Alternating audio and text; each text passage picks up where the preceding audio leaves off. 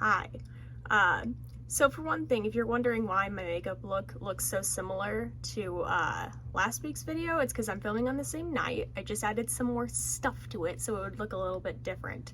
But this week I'm going to be talking about evangelical Christianity. So evangelical Christianity is one of the more infamous examples of Christians in the United States today. In this video I'm going to explain a little bit more about evangelical Christianity's roots and also modern evangelical Christianity. Evangelicalism.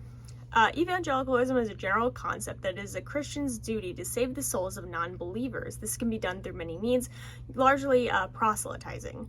Proselytizing is when you actively seek out non-believers as a means to convert them. If you've ever seen someone like on the side of the road with a sign that says like, you're gonna go to hell, better watch out. Or if you've ever been approached in public by someone being like, hey, do you know Jesus? Do you love Jesus? That is an evangelical Christian, and they're talking to you and out there with a sign as a means of, they're doing this largely as a purpose of scaring non-believers and also just trying to coerce non-believers into joining evangelical Christian churches. So evangelicalism can be traced back to the 1730s. It's got its start in several different religious movements, but specifically with the Quakers, Puritans, and Pietism? I don't know. Evangelicalism then and today was largely done by Protestant groups, usually Baptists, Methodists, and members of the Church of Christ. The evangelical movement was largely brought on by the Great Awakenings both in Great Britain and in America.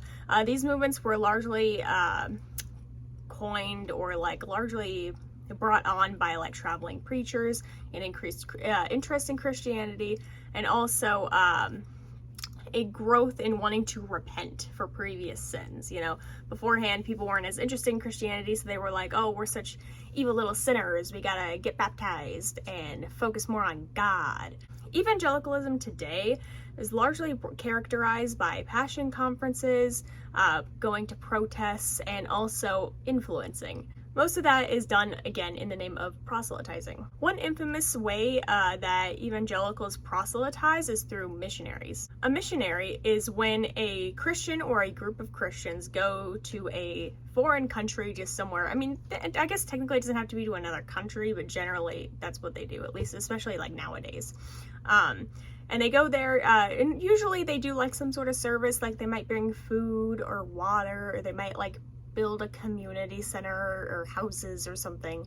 But they're mostly there to try and convert people to God, which is pretty awful. It doesn't sound that bad, when you say it on the surface, yeah, you know, they're gonna build this building and they might talk about God a little bit, but mostly they're doing a good thing for the community, which isn't really true. I mean, they're doing a good thing for the community overall, but the thing is that historically speaking, the most notorious group of colonizing countries have been Spain, France, and England, and all of these countries are very Christian. And they use their Christianity largely as a means for promoting their imperialistic endeavors. For both colonization missions in the Americas and in Africa, Western European nations used Christianity as a means of cleansing the, savage, evil, oh, God forbid, the non-Christian indigenous people. These people were often treated in pretty horrible ways by means, there are examples,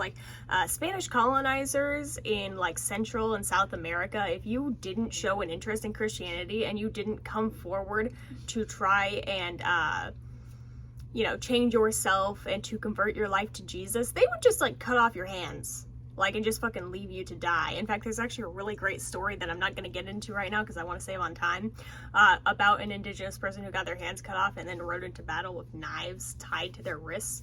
But continuing. Speaking in America specifically, Christianity was largely used to promote manifest destiny. If you watched my You Don't Get Modern Art video, I talked briefly about, the painting American Progress. And that painting has some very clear religious themes to it. There is a woman, she's floating, cloaked in white, she's pure, and she's traveling across the country, bringing this telephone wire and an education book, and she's bringing education and technology to these dirty, savage, indigenous people, and it's so great and awesome, and we need to do more colonization, basically is what that painting is saying. I hate it a lot. There was also, even beforehand, many Native American people would be put into reservations and to residential schools as a means of Americanizing them. In these places, they were not allowed to practice their cultural beliefs. Well, some of them they were allowed to practice, but like, you know, the controversial ones, the ones that were too satanic, they weren't allowed to do those. Even without the effects of disease on these indigenous people, it is estimated that around 60 million indigenous people in the Americas alone were killed through colonization. And the reason I'm leaving Africa out of this statistic specifically is because I cannot find like an accurate source to reveal how many people were killed through colonization in Africa. That being said, if you do have a source, if you do have information that you want to share, please let me know either in the comment section down below, or you can message me on Twitter, and please let me know so I can provide further context on that information. So in this next section of the video, I keep using the singular word country, but then I also go on to talk about Africa and then bring it back to countries at the end, and the way that it goes together kind of makes it seem like I'm calling Africa a singular country. I want to make it very clear that that was not my intention, it just ended up coming off that way. But yeah, I am aware that Africa is a continent and not a country. That being said, with Christianity's heavy influence on colonization, it's pretty understandable why missionaries are oftentimes so scrutinized. Not only that, but many of the countries that missionaries visit were previously affected by colonization. Like, a majority of missionaries are done in Africa, and Africa was largely basically just cut up. It was almost like raped in a sense by European nations as a mean of furthering their imperialistic endeavors. And they used Christianity to support those endeavors. So to massacre a country and their culture, and then to, you know, 100, 200 years later be like, oh, we're gonna go there and do good now. No, fuck off. When you bring up criticisms around missionaries, a lot of people tend to say, like, who's gonna do the good thing now? You know, like, who's gonna go to these countries and provide aid to these people who clearly need help? And I will agree, these people do clearly need help. Not to get a little radical here, but a great way to help these people is to reform the governments around the world as a means of helping people around the world. And I'm not saying that we should do this through further colonization. Instead, I am saying that we should do this through working together. Maybe for the majority of people, the majority of working class people, I think that we should maybe like get together and do that. You thought I was going to talk about Christianity and not like bring up some socialism, dude? Well, Matt Walsh's theocratic fascist ass is being the worst person alive. Come on, be fucking for real, okay? I had to bring it up, alright? I couldn't help myself. That being said, if I covered every single evangelical group and every single missionary gone wrong, I would be here all night. So I'm going to cover two very notable instances of evangelical Christianity in the United States today. Or at least people from the United States. So the first one, you all know it, you love it, the Westboro Baptist Church. The Westboro Baptist Church is a primitive Baptist church located in Topeka, Kansas. It was founded in 1995 by a man named Fred Phelps. Also, he's dead. Let's go. Rip Bozo. He died in like 2014. I just wanted to make fun of the fact that he's dead. Imagine being pro-life and then dying, you know? This group is widely considered to be a hate group, and it's known to go to several events, ceremonies, and their favorite, the side of the road, and will often hold signs that says God hates cigarettes. In fact, their website is godhatescigarettes.com. I do not recommend you go there, but that is the name of their website. They also hold signs that say, thank God for dead soldiers and thank God for 9/11. Not only that, but they like to choose some of the worst times and places, including holding that sign that says, thank God for 9/11 at the 9/11 memorial. So I have my own opinions about 9/11. But again, time and place, like that's just wrong, man. Oh my God. They also famously protested the funerals of the Sandy Hook school shooting victims.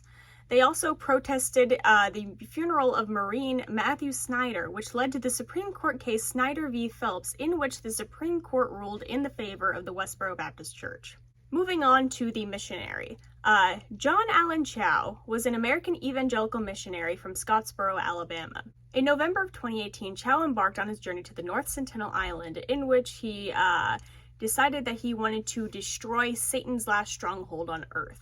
If you don't know anything about the North Sentinel Island, it is home to one of the last few uncontacted indigenous groups in the world. They have been, kind of contacted. I mean, they were contacted by Chau, to say the least, but they were also people tried to talk to him, but they very clearly did not want to be talked to. And it was very clear, for many years it was totally illegal to go to this island. In the year 2018, which is the year that Chau went there, the Indian government did lift regulations around who can go to the island. However, you needed permission in order to go, and Chau did not have that permission. For his first attempt, there were multiple attempts. For his first attempt to contact these people, James rowed ashore to the small island, but soon left because he was confronted, surprisingly, with hostility. On his second trip, James tried to communicate with the indigenous people, but after a short moment of interaction, a young man shot a metal arrow into his Bible, and so he decided to leave. On his third and final visit, Chau instructed the fisherman who took him to the island to leave him there, after which the fisherman could see Chau's body being dragged by the islanders, and the next day they saw his corpse laid out on the beach. His body was never recovered. So to clarify, this man illegally traveled to an island that was home to people who the government and everyone else knew were hostile, and decided to leave himself there, decided to strand himself on this island, and ended up dying as a result of it. So why am I covering this part of the series more seriously than I did the Westboro Baptist Church?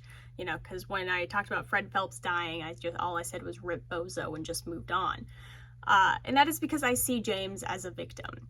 Largely because the Westboro Baptist Church is an organization that works together to spread this hateful ideology. Meanwhile, James was someone who was convinced that he should go to this island in an attempt to destroy, again, Satan's last stronghold on Earth. That is a direct quote from his diary. That being said, James is absolutely in the wrong for deciding to go to this island in the first place, but the people who should be held more responsible are those who allowed him to go there in the first place and even encouraged him to go on mission trips. I don't really have a happy way to end this video. All I can say is just be wary of evangelical Christians. And I hope that you enjoyed this insight onto why evangelical Christianity is so heavily scrutinized, especially here in the United States. And like and subscribe if you liked it, I guess. Yeah.